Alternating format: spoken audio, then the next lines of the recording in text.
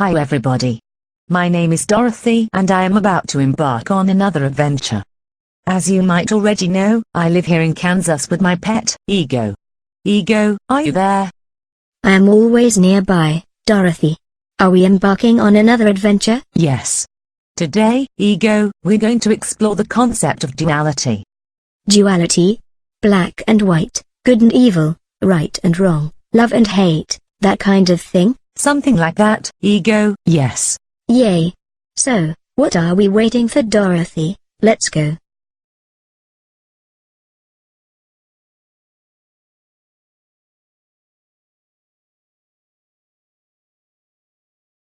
Hello Albert, how's it going? Hi Dorothy. Hi Ego. I am well, thank you. What can I do for you today?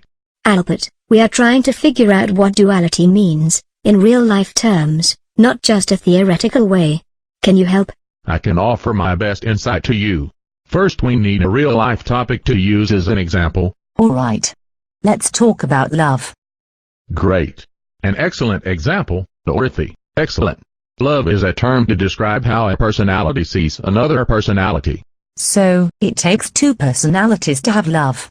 One personality loves the other personality. Yes. Love is all in the mind. If you love a person, it means that your mind loves their mind. To fall in love is to find two personalities which think in compatible ways. It is scientifically proven that love is about how the personalities react to one another and how they enjoy the stimulus from one another's similarities and differences.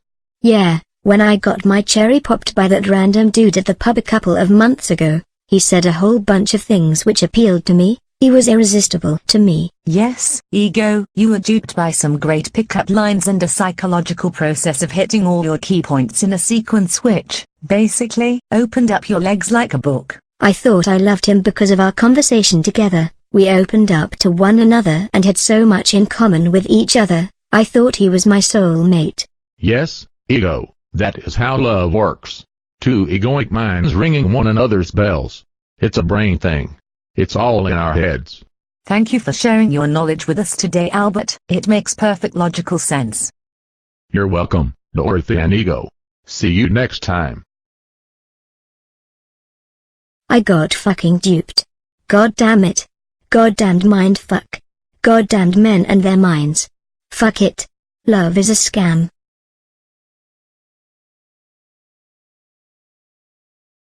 Oh, hey Dorothy, I was just singing a love song, from the heart. It was beautiful, Teresa, lovely. That is actually the topic for this episode. You are wrong, Teresa. Love is not from the heart, it is all in the head. I am with Ashley on this one. This is what Albert said too. Hold on a minute, don't any of you remember our first episode, The Wizard of Oz Adventure? I linked it in the description for the audience to reference to. Love is from the heart, Ashley. That's why love hearts are heart-shaped. You are wrong. Without heart we cannot feel love. We cannot feel empathy and compassion for others.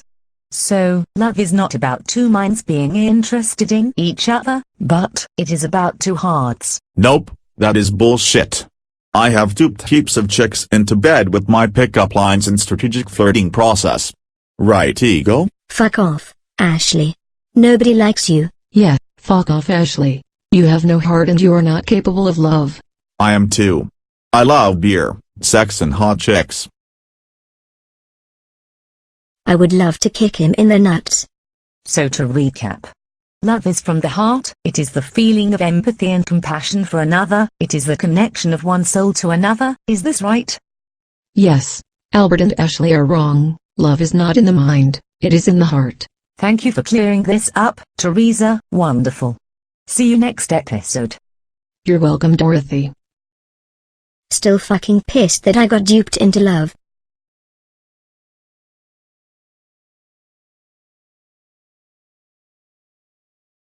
Hello Candy, how are you today? I am the same every day, Dorothy, enjoying being alive. Thank you for asking. You look sad, Ego. What's up, baby? I am all mind-fucked over this love shit. I got duped into falling in love because a dude said a whole bunch of nice things to me, so I put out, basically. Ah, yes. I am familiar with this technique. Personally, I use rosinal instead, but that's a different topic completely. We are a bit confused about whether love is from the head or from the heart. Albert says one thing and Teresa says another. We are ambivalent as to who is right and who is wrong. You do seem to be caught in a duality trap. Let me explain what I mean by this. Okay, Candy, enlighten us. Well, the first thing is you are trying to decide who's right and who's wrong. In this case, in regards to the example of love, both of them are right. They can't both be right at the same time. Either love is from the heart, or love is from the head. Someone has to be wrong. Okay, Dorothy. In this case, with the example of love, both Albert and Teresa are wrong. Love comes from neither the heart, nor the head. What the fuck, man? Now you are just being a dick. On the contrary, my feisty young friend, I am being Gandhi. So, are you suggesting that there is a third option to choose from, a third option we have yet to learn? Is this third option the right one? Not a third option, per se, but, for the sake of helping release you from duality, yes, there is a third option. The third option, and one that is correct, is called paradox. Now you are just avoiding the point, Gandhi. You didn't tell us the answer. Does the third option, paradox, mean that they are both right and that love comes from both the heart and from the head together? Yes and no, Dorothy. The paradoxical nature of the universe is, well, paradoxical in nature.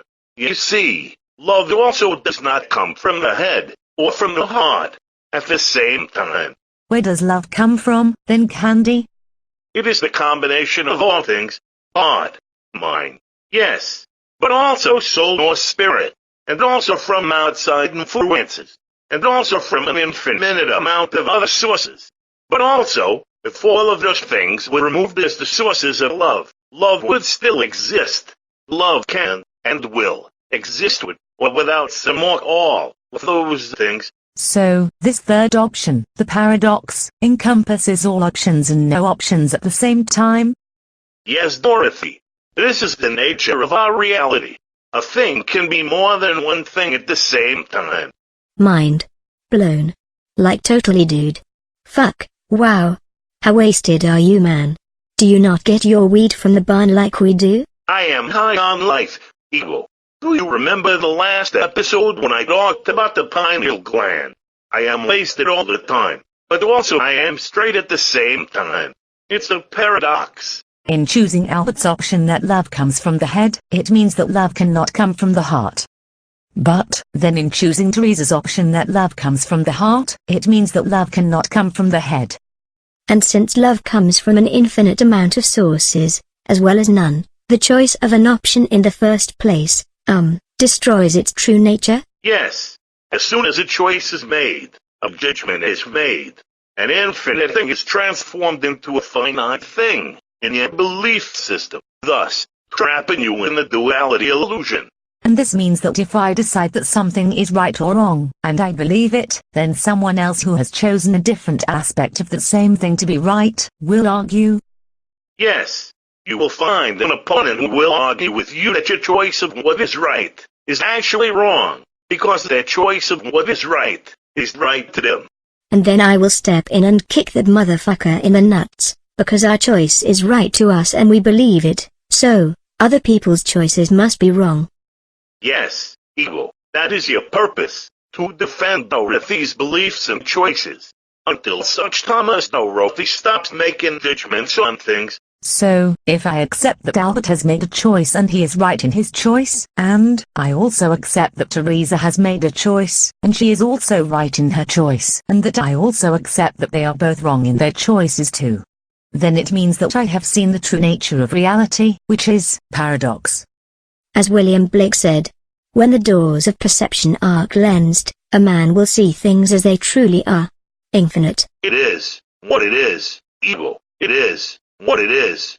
That was freaking intense, Ego. Let's go and meditate together and process this info, let it sink in, then also release it at the same time. Paradox.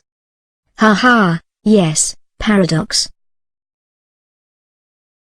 Everything in our reality is paradoxical in nature.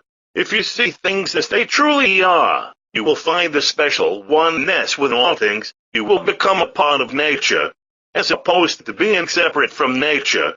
The detachment from this oneness with nature is the cause of the greatest suffering of all. When you argue with someone about who's right and who's wrong, you are only arguing against yourself, and you have therefore detached yourself from nature. Being detached from nature causes great suffering. This suffering is masked by materialism and egoic righteousness. It is a battle of duality. Nobody can win this battle. Now, if you will excuse me, I'm going to sunbathe for the rest of the afternoon. See you next time, friends.